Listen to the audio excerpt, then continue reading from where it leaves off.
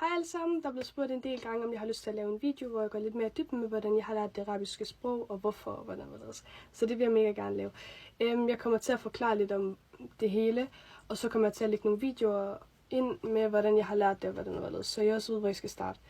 Først og fremmest så fik jeg interessen for, jeg tror det er omkring 3 år siden. Jeg startede på et arbejde, hvor de talte en del arabisk, og jeg kunne ikke forstå en skid af, hvad de sagde, og jeg var pisse irriteret over det. Og så tænkte jeg, ved du hvad, nu har jeg en grund til at lære det her sprog. Så gik jeg hjem på Google, hvordan lærer man arabisk. Og så fandt jeg en mand, han hedder Ole, jeg lægger ham ind her. Ole, han er pissedygtig. Han lærer en arabisk form, der hedder Fusha.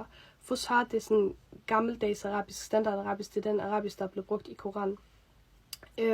Men han giver en god forståelse, grundforståelse af det arabiske sprog, og ordets opbygning, og sætningers opbygning, og alfabetet, og tallene osv. Ligesom når man starter i 0. klasse med at lære dansk.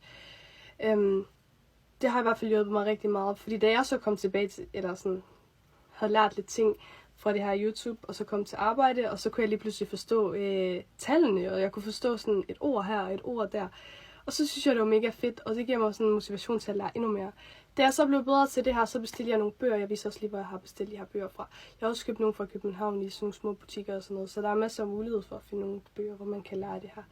Det er ligesom sådan nogle børnehavsbøger. Men så sad jeg med min veninde, hun er pisse dygtig til arabisk grammatik.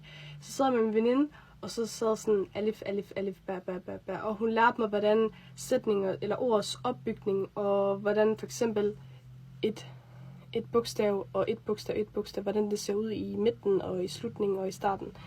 Fordi det ændrer sig også. Og det er pisse forvirrende, indtil man forstår det. Men når man forstår det, så kan man begynde at læse. Og det kan jeg nu. Så det har i hvert fald hjulpet mig en del. Udover det, så har jeg altid haft sådan interessen for musikken og kulturen og maden og det hele, eller sådan, ja. Yeah. Så har jeg installeret nogle apps, som også har hjulpet mig en del. Dem viser jeg også lige herinde, så jeg også har mulighed for at finde dem. De har også hjulpet mig en del, fordi når man så sidder og ikke rigtig er en del af det arabiske sådan i sin hverdag, så kan man bare sidde på de her apps og lære lidt, også i forhold til at lære at læse osv. Men jeg tror, at det, der har hjulpet mig allermest, det er, at jeg ligesom hele tiden har været omkring mennesker, der har talt sproget.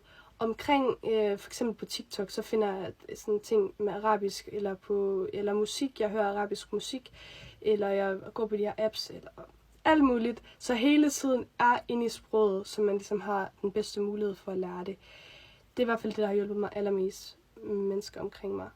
Og så skal man slet ikke være genert for at spørge. Hvis man spørger om et ord, hvad betyder det her, så får man et svar. Og når du får et svar, skriv det ned på din telefon, så du altid kan finde svaret. Og så stille og roligt, så lærer du ord, og til sidst så lærer du så mange ord, at du ikke kan undgå at forstå, hvad der bliver snakket om. Så kan du lære et ord her, et ord der, altså sådan, ja. Men det jeg kan anbefale i hvert fald, start med at se Oles videoer, så skal du nok få en god grundforståelse for det arabiske, og så skal du nok komme til at lære.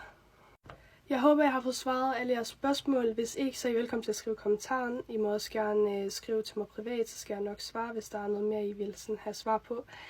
Jeg vil ikke lave den her video alt for lang, så ja. Men tak fordi I følger med, og tak for alle jeres gode kommentarer og gode respons. Det hele, det gør mig virkelig glad. Så tak.